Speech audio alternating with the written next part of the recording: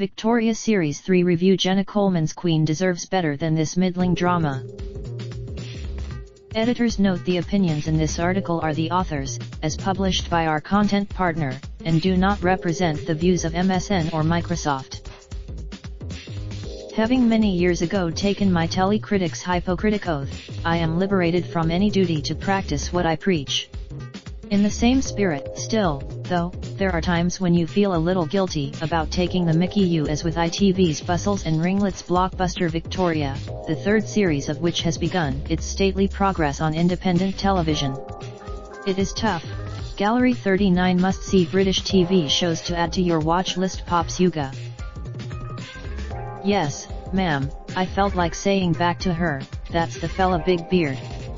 Theory of surplus. ITV's Victoria, though, seems eternally doomed to have to speak in another, very artificial language. You royalty. Yes. This unnaturally, all the events, momentous or not, usually not, are entirely incidental to the spectacle. For example, it's the same with the Foreign Secretary, Lord Palmerston Lawrence Fox, who might as well have been Boris Johnson, and indeed was played as a cartoonish buffoon who enjoyed female company.